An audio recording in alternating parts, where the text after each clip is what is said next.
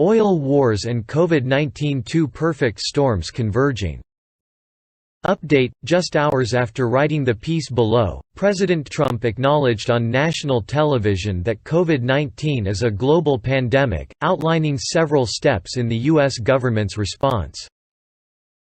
And global stock markets fell to bear market levels. As any semi-decent risk manager would tell you, the purpose of hedging now is to prevent having to panic later. Sound reasonable? For months, certain media pundits and politicians have told you otherwise. In fact, many have gone so far as to pathologize fear.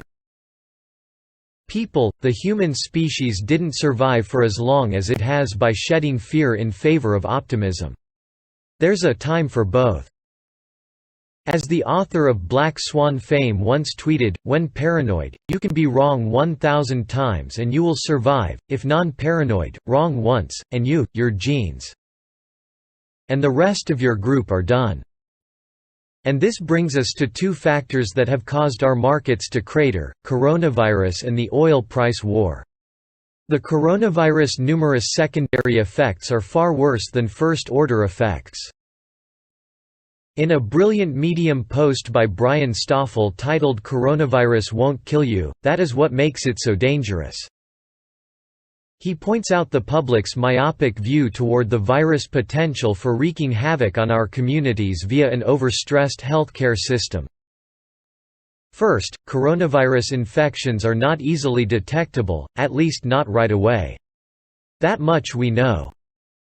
It has a 3.4% fatality rate.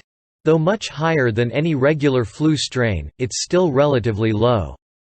But that's the direct first-order effect.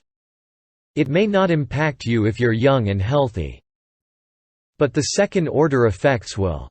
What might happen if a larger number of Americans are infected with the coronavirus? Do we even have enough hospital beds or respirators to serve them? The fact is that we don't. But what will that mean for other patients needing services for non-coronavirus conditions, accidents, heart attacks, surgeries, birth complications, etc.?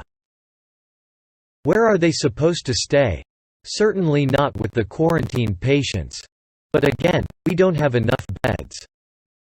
So, the fatality rate may be greater than 3.4%, including those who aren't infected by the coronavirus. Another second-order effect will also likely happen: many healthcare workers will get infected. So now, not only do we have enough facilities, beds, and resources, we are now going to see a drop in available professional services. As of late last week, WHO has officially announced that coronavirus has now met all the criteria for a global pandemic. Italy is in 100% lockdown. We're beginning to see more quarantine scenarios here in the US, including self-imposed limits by individuals, businesses, and government. Global banks are beginning to evacuate their offices, according to a CNN Business report. Among the bigger banks, this includes the likes of JP Morgan, Bank of America, Deutsche Bank, Goldman Sachs, and HSBC. The point is to split their workforce so as to not have too many people in the same room, and have a number of their workers work remotely. Of course, we know that among the regular non-banking workforce, this pandemic is already causing an impending mess. What if people fall ill? Not only will that affect their employer, there's no certainty with regard to the sufficiency of their paid sick leave. The banking industry is just one among others that face these same issues. But it's close to the only industry handling your money. The banking industry is no less fragile than others that are vulnerable to this pandemic. The truth is that the country is ill-prepared for this black swan.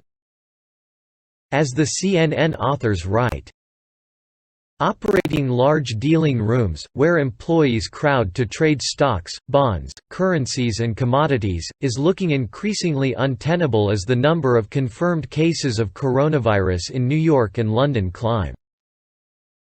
The Securities Industry and Financial Markets Association's head of technology, Tom Price, told CNN, "We may need some guidance or temporary relief if the goal is to keep markets moving." And that's the big question. Can COVID-19's impact on financial institutions and banks cause a shutdown of the markets? Can it cause certain banking operations to freeze or collapse? If so, how might this impact investors, retirees, and depositors? Suppose bank employees were able to work from home. What does that mean for data security, considering that most banking operations will take place in a more open, and less secure, virtual space? CNN says, as with banks, remote working poses unique challenges around security and data protection. In other words, the full force of a bank's data security will now be vulnerable to cyber breaches. Bear in mind we're talking only about the banking industry. COVID-19 will have ramifications in every industry across the globe. Its potential impact overall? It remains a big unknown. The oil price war. Last Monday, oil prices crashed 26%, its worst one-day plummet since 1991, after Saudi Arabia initiated a price war with its shaky OPEC ally, Russia. Over disagreements to cut production to buoy the commodity's price. Russia refused to go along with production cuts, and so Saudi Arabia retaliated. Although this may be good for consumers on the purchasing side of the commodity, one of the biggest industries most vulnerable to this price crash is comprised of American shale companies, frackers. The American energy sector is completely saturated in debt, and Vladimir Putin knows this. As research firm ClipperData's director of commodity research said, this is a response to try to cripple the U.S. shale industry. Russia's strategy seems to be targeting not simply U.S. shale companies, but the coercive sanctions policy that American energy abundance has enabled, according to RBC Capital's Halima Croft. A large amount of energy sector debt is high yield. High-yield debt is risky. And a good portion of this risky high-yield debt is held by big banks. What will happen if losses begin to mount in the energy sector? You get defaults, credit market defaults, as big banks end up paying for their high-risk speculations. See our Bank Failure Survival Guide for more information on how to hedge such a potential crisis. What might happen to the U.S. economy if the credit cycle cracks? Given everything that's going on in the world today, one thing we can expect is more monetary policy. And you know what happens to the value of your wealth when yet more fiscal stimulus is needed to boost, or in this case uphold, the economy. The time to hedge is still now. Investors' flight to safety is evident in the sinking sovereign yields across the globe.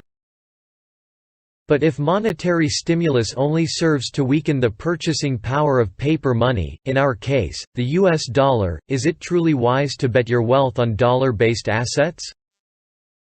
Obviously, we think not.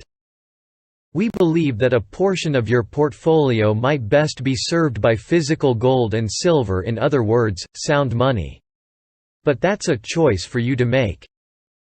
Remember, as we mentioned at the top of this piece, hedging is a choice you make in order not to panic when everything comes crashing down. Everything is crashing down at this very moment. But this might only be the beginning.